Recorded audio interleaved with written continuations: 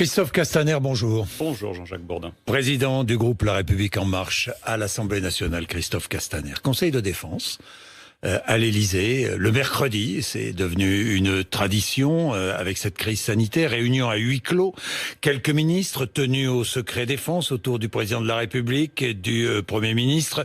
Est-ce qu'il faut transformer ce conseil restreint en conseil de défense sanitaire pour un peu plus de transparence? J'ai vu la proposition de Yaël Braun-Pivet, qui est présidente La République En Marche de la Commission des lois à l'Assemblée nationale. Elle demande un ordre du jour, un compte-rendu, des documents publics, un accès aux informations pour permettre au Parlement de contrôler l'action du gouvernement. Est-ce que vous y êtes favorable? Il y a d'abord une petite incidente qui est la Constitution française. Or, vous parlez du président de la République. Le président de la République n'a pas vocation à être contrôlé, quel que soit le président de la République, par l'Assemblée. Ne mélangeons pas tout. Le Conseil de défense, dans lequel le président de la République, le Premier ministre, les ministres concernés, mais aussi des professionnels de tel ou tel sujet peuvent venir plancher, est un cadre dans lequel le président de la République consulte avec le Premier ministre. Ils prennent ensuite des décisions. Ne fantasmons pas cela. Mais si la question est de savoir si dorénavant le président de la République doit être suivi par un journaliste avec une GoPro qui doit filmer la totalité des décisions, des rencontres, des échanges du président de la République, vous savez très bien que c'est vain et que ça ne fonctionnerait pas. Donc il faut la transparence. C'est ce sur quoi le gouvernement s'engage. Il faut répondre au Parlement et comme président de groupe, je le demande, je l'exige aussi et le gouvernement le fait très régulièrement.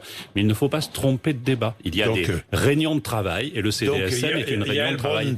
Pivot se trompe de débat, quoi. Je pense qu'elle se trompe de débat sur ce sujet-là. Bon. J'ai participé, en plus à titre personnel, à de très nombreux conseils de défense. Depuis 2015, il y en a un par semaine autour du président de la République, donc de François Hollande à l'époque et d'Emmanuel Macron aujourd'hui. C'est un cadre de travail. Et que les personnalités, les ministres qui travaillent avec le président de la République soient tenus au secret est une bonne chose. Bien, le gouvernement ne touche pas aux vacances scolaires. Pour l'instant, pas de restriction de déplacement en France, comme nous l'annonçait Emmanuel Vargon hier matin. Donc pas de reconfinement national ou régional avant début mars, c'est ce que j'ai compris. En fait, on ne peut pas répondre à cela. Parce qu'il y a une observation quotidienne, presque heure par heure, de l'évolution du virus, du nombre d'entrées dans les hôpitaux, du nombre d'entrées en réanimation, du nombre de cas quotidiens. Doucement, mais sûrement, malheureusement. Et qui progresse, hélas, et donc la situation reste tendue, mais qui progresse à un niveau que nous pouvons maîtriser aujourd'hui. C'est la raison pour laquelle le président, le Premier ministre, ont décidé en fin de semaine dernière qu'il n'était pas temps de confiner. Est-ce que ça veut dire que nous ne confinerons pas? La réponse est non. Parce que nous devons mener plusieurs campagnes. Donc on ne sait pas s'il y aura reconfinement ou pas avant début mars, non, avant la fin des vacances scolaires. Non, parce que ceux qui vous annonceraient cela mentiraient, parce qu'ils prendraient en compte des données qu'ils n'ont pas.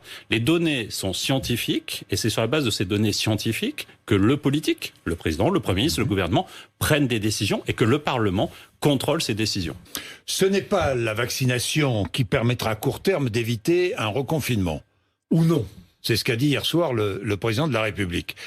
Nous sommes en mesure, il a ajouté, nous sommes en mesure de proposer un vaccin à tous les adultes qui le souhaitent avant la fin de l'été. Ça veut dire quoi? Ça veut dire 40 à 50 millions de Français, quoi, avant la fin du mois d'août, c'est bien cela, hein? De la fin de l'été, le président de la République a évoqué cela. Et c'est l'été, ou le 20 septembre. C'est l'objectif que nous avons, compte tenu des tensions mondiales que nous connaissons sur la production de vaccins. Mais le vaccin n'est pas non plus la seule solution. N'oublions pas aussi tout le travail de prévention individuelle sur lequel nous sommes en responsabilité, le travail qui est lié au fait de pouvoir tester, de tracer, d'isoler, le travail qui est conduit aussi sur le soin et qui existe aujourd'hui, même si ce sont des traitements extrêmement coûteux, et puis évidemment le vaccin qui doit permettre de faire baisser la pression en quelques mois. Et nous sommes, je sais les polémiques sur ce sujet, tout n'est pas parfait, mais nous sommes dans nos objectifs. Le gouvernement avait annoncé, le Premier ministre, mi-décembre, qu'en janvier, nous souhaitions pouvoir vacciner 1 million de personnes, une semaine d'avance fin janvier, et c'était le cas. Et en février, nous allons continuer cette montée en puissance. Bien, Christophe Castaner, est-ce que nous allons utiliser le vaccin russe lorsqu'il sera homologué? Le président l'a dit hier, tous les vaccins qui sont sur le marché, qui seraient efficaces et qui seraient homologués doivent avoir leur place sur le marché français. On utilisera le vaccin russe, pourquoi pas? Si c'est confirmé, il n'y a aucune raison de faire de l'anti-russe. Il y a quelques sujets sur lesquels on pourrait avoir une critique sur la Russie. Et je pense en particulier à la façon dont le président Poutine traite ses opposants. Mais ça n'a rien à voir avec notre sujet. Si l'industrie russe produit un vaccin qui est validé par les différentes autorités, nous l'achèterons. le gouvernement l'achètera, et je pense que c'est nécessaire. Il n'y a aucune raison de faire un ostracisme. Le gouvernement l'achètera en dehors de l'Union européenne, quoi, si j'ai bien compris. Mais dans le cadre des discussions aussi que l'Union européenne va mener avec la Russie. Nous pourrions l'acheter nous-mêmes. Et le premier agrément d'ailleurs est un agrément européen, et l'instruction débute. Bon, l'instruction débute, agrément européen, ensuite il y aura agrément en France, et s'il y a agrément en France, nous achèterons ce vaccin russe, pourquoi pas? Je pense que le gouvernement l'achètera. Le gouvernement l'achètera. Bien. Je précise le gouvernement parce que Non, mais il est bon d'informer les Français, Christophe Castaner, pour que nous sachions. Parce que pour vacciner les adultes, tous les adultes français, fin août, il va falloir des vaccins. Et de nombreuses doses de vaccins. Donc, différents vaccins. Depuis l'été dernier, la France comme l'Europe ont étudié à peu près 150 process d'entreprises qui décidaient de se lancer dans la course au vaccin. Et puis, ils ont contractualisé avec les meilleurs en termes de calendrier. Et si d'autres viennent, et on peut avoir de bonnes surprises, il faut évidemment travailler avec eux. Prolongation de l'état d'urgence sanitaire jusqu'au 1er juin, voté hier soir. J'ai vu ça, oui, à l'Assemblée nationale. Ça veut dire qu'il n'y aura pas de vote des députés et sénateurs, quoi, sur. Mais ce sont les députés, et les sénateurs qui ont voté cela, et qui ont donné mandat au gouvernement pour prendre un certain nombre de décisions en fonction de l'analyse. Seul les décisions sans vote à l'Assemblée nationale ou au Sénat. Non, parce que, par exemple, sur la question d'un confinement, le Premier ministre a pris un engagement. Il a dit, s'il y avait un confinement, je reviendrai devant l'Assemblée et devant le Sénat avec un vote et une procédure qui s'appelle le 50-1. Mais là encore, ne tombons pas dans tous les fantasmes. Si certains pensent qu'il faudrait qu'une décision de confinement ou toutes les décisions de gestion de crise soient prises par le Parlement, je vais vous dire un truc assez simple. En moyenne, il faut 6 à 9 mois pour prendre une décision et pour produire une loi au Parlement français. En moyenne. C'est bien dommage, d'ailleurs, entre parenthèses. Et je suis assez d'accord avec vous. Alors, si on pense qu'il faut consacrer ce temps-là à essayer de rechercher un accord entre toutes les parties, c'est-à-dire tous les partis politiques, on peut en rêver. Mais moi, ce que j'observe de ma place à l'Assemblée nationale, c'est que c'est assez peu probable. Donc, aujourd'hui, il y a un gouvernement en responsabilité, un président de la République élu qui travaille sous le contrôle du Parlement. Et ne laissons pas penser qu'il travaillera en cachette pour cacher quelque chose, parce que notamment sur le vaccin dont on parle, ils ont fait le choix de donner les informations au plus bas niveau du territoire. Vous allez sur data.gouv et vous trouverez le nombre de vaccins disponibles dans votre département.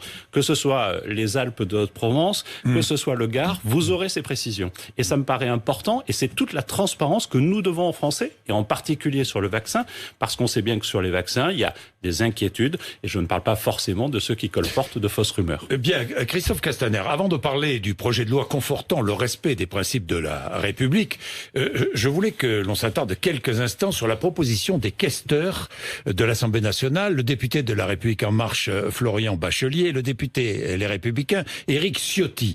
Il a été décidé d'augmenter l'enveloppe de frais dont dispose chaque député. Ces frais, aujourd'hui, sont de 18 950 € par an, et ils vont passer à 21 700 € par député, frais pour la téléphonie, les taxis, le courrier. Y êtes-vous opposé ?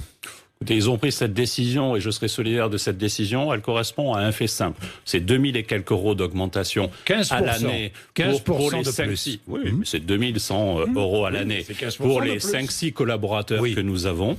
Et pour une explication assez simple, vous avez une cinquantaine de députés qui, depuis du confinement, ont multiplié les envois pour garder le lien avec leur circonscription, et on multiplie les envois postaux. Ils ont dépassé cette enveloppe, et donc les questeurs ont fait une proposition de dire, vu le contexte exceptionnel... 577. Même un peu moins que 50. Même 50, 39, je crois. Et donc ça veut dire que sur le coût, il faut prendre en compte cela. Mais regardez non pas les 2150 €, je vous invite à regarder un autre chiffre, 54 millions d'euros.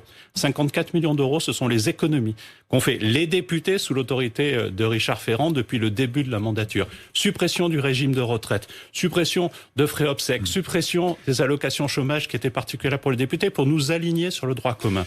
C'est cela la réalité. Et cette année, il y a eu des frais... Vous augmentez vos frais. Non, d'accord, mais de 2000 et quelques euros. De 15%, je préfère le pourcentage. Oui, mais vous savez très bien que... Christophe Castaner. 15%. Je vous dis ça parce que quand on parle de l'augmentation du SMIC, on parle d'une augmentation de 0,99%. Oui, mais... On ne donne jamais le chiffre. Oui, alors dites-vous bien que ça n'est pas... On dit... Oui, mais ne confondez pas tout, Jean-Jacques Bournet. On ne parle pas du salaire des députés qui se seraient augmentés, ça n'est pas le cas. Non, je ne parle pas des salaires, je parle des frais. On parle d'une décision à laquelle je n'ai pas participé, mais je suis par principe solidaire. Vous êtes solidaire. On parle d'une décision qui augmente compte les frais notamment de postage et d'envoi de courrier à nos habitants, à nos électeurs, et pas forcément ceux qui ont voté pour nous, mais à nos électeurs, pour les tenir informés dans cette période de crise. C'est aussi le rôle des députés que de faire ce lien-là. Et ne faisons pas de polémique, parce que je veux bien qu'on parle de 15%, mais de quelques milliers d'euros, quand on sait que cette Assemblée est la première à avoir aligné au droit commun du travailleur au SMIC, le député, notamment sur la question des retraites. Bien, Christophe Castaner, parlons de l'Assemblée encore un peu. 577, c'est un bon sujet, Monsieur Bourdin. Mais 577 députés. Le président de la République avait promis une baisse du nombre de parlementaires. Je me souviens, il avait promis aussi une proportionnelle aux élections législatives. Où est-elle ? Le président a tenu ses engagements dans la mesure où le gouvernement s'est prononcé à adopter un texte de loi qui prévoit à la fin une dose de proportionnelle et à la fois une baisse du nombre de parlementaires. Et il a demandé aux deux présidents de chambre, Richard Ferrand et Gérard Larcher, de se mettre d'accord pour que ce texte aboutisse. Le Sénat a été clair, ils ne veulent pas en entendre parler. Et donc aujourd'hui, cette loi qui doit être votée par le Parlement, qui implique le vote du Sénat pour la baisse, je crains que le Sénat continue à bloquer sur ce sujet-là. Elle ne sera pas votée, donc il n'y aura pas de proportionnel aux législatives prochaines. Alors ça, je ne peux pas vous le dire parce que je ne suis pas maître des décisions, notamment du Sénat. Et il y a une différence entre l'engagement du président, une dose de proportionnel et la baisse du nombre, je répondais à votre question, et la seule proportionnelle. Parce que si on veut être exact, et je vais tenter d'être exact, l'Assemblée nationale pourrait le décider seule. Exactement. Ce débat est ouvert. Que propose François Bayrou. Oui, il propose un scrutin départemental à un seul tour avec un seuil à 5% des suffrages exprimés. C'était ce qui avait été appliqué en 1986, me semble-t-il. Non, en 1986, en fait, tous les départements étaient à la proportionnelle. Mais c'est à peu près la même logique. L'Assemblée pourrait le décider seule contre le vote du Sénat. Est-ce que vous êtes favorable ? Moi, j'y suis favorable parce que c'est un engagement présidentiel que nous avons pris sur cet objectif-là. Je ne suis pas favorable à toute la proportionnelle partout en France parce que je pense qu'elle changerait en profondeur les majorités et créerait de l'instabilité, mais c'est un débat que nous pouvons avoir et que je souhaite que nous ayons. Et le référendum sur le climat ? Alors ça, j'y suis évidemment favorable parce que je pense que c'est d'abord inscrire dans la Constitution des objectifs majeurs que nous devons avoir, mais c'est aussi mobiliser la nation à travers un référendum. Il aura lieu ce référendum ? Je souhaite qu'il ait lieu et le gouvernement soumettra... À la rentrée à l'automne ? Alors là aussi, on va faire un peu de constitutionnalité, c'est complexe. Allez-y. Il faut que nous votions entre l'Assemblée nationale et le Sénat le même texte pour que le président de la République puisse ensuite consulter les Français. Donc nous verrons aussi l'attitude des uns et des autres. Il y aura des évolutions par rapport aux propositions qui nous seront faites. Il y aura une discussion légitime au Parlement. J'ai le sentiment que le Sénat veut que ce texte aboutisse. Ce sera le cas de ma majorité. Dernier sujet sur le travail parlementaire, il y en aurait d'autres, Christophe Castaner, mais l'adurcissement de la loi contre l'inceste. Il y a une proposition de loi socialiste qui va être débattue prochainement à l'Assemblée nationale. Est-ce que vous allez la soutenir ? Parce que l'inceste doit devenir un crime. On est d'accord ? Alors, l'inceste... Sur le terrain pénal. Alors, il faut avoir en tête que l'inceste, c'est un acte sexuel qui peut être un crime, un viol est un crime, et vous avez une circonstance aggravante si on est dans le cadre de l'inceste. Mais il y a la question de l'âge du consentement ou pas qui fait débat. Moi, je pense que nous devons aller vite, quel que soit le véhicule législatif. Mais j'ai fait une proposition à la présidente du groupe socialiste il y a 2 jours. Il y a un texte qui a déjà été voté au Sénat. Et donc, il nous ferait encore gagner du temps si nous reprenions ce texte qui vient d'un groupe qui n'est pas un groupe soutien à la majorité présidentielle. Et si nous reprenions ce texte, nous éviterions encore une navette. Et je pense que nous pourrions aller encore plus vite en allant dans le même sens entre le groupe socialiste. Que dirait ce texte ? Alors, la vraie discussion, c'est que le texte prévoit un âge de consentement à 13 ans au Sénat. Le texte proposé par le groupe socialiste est à 15 ans. Mon groupe est plutôt favorable à 15 ans. Et donc moi, je pense que c'est plutôt sur cette base-là qu'il faudrait avancer.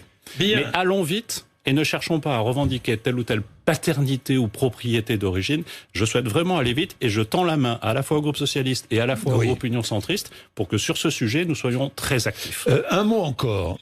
Le Mercosur, le fameux Mercosur, accord commercial entre l'Union européenne et les pays d'Amérique du Sud, dont le Brésil en tête. Est-ce que la France, oui ou non, négocie la levée de son veto à la signature de cet accord ?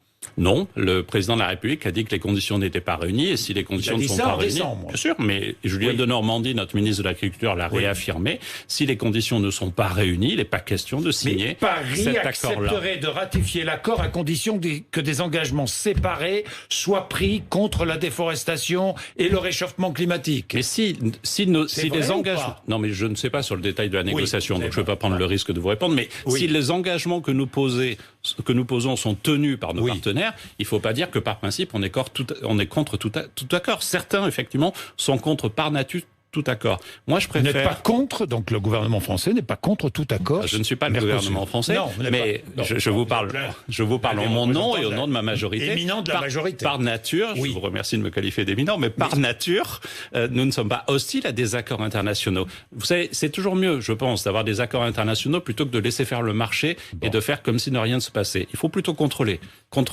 le marché. Moi, je fais partie de ceux qui pensent qu'il faut contrôler le marché. Loi séparatisme, je préfère projet de loi confortant le respect des principes de la République. D'ailleurs, c'est l'intitulé de ce projet de loi, Christophe Castaner. Alors, moi j'ai entendu les croyants, quelle que soit leur religion, qui protestent contre ce texte et qui se demandent s'ils ne sont pas des individus qu'il faudrait particulièrement surveiller. Vous comprenez ce que je veux dire ? Ça veut dire quoi ? On soupçonne les cultes des pires mots, tous les cultes des pires mots à travers ce texte ? D'abord, dans l'histoire, on parle beaucoup de la loi 1905, qui est une loi fondamentale. Oui. Les cultes, à l'époque, ça n'était pas forcément les mêmes qu'aujourd'hui, étaient hostiles à cette loi de 1905. Ils considéraient que tout allait bien et qu'il ne fallait pas se mêler de la question de la place du religieux dans la société.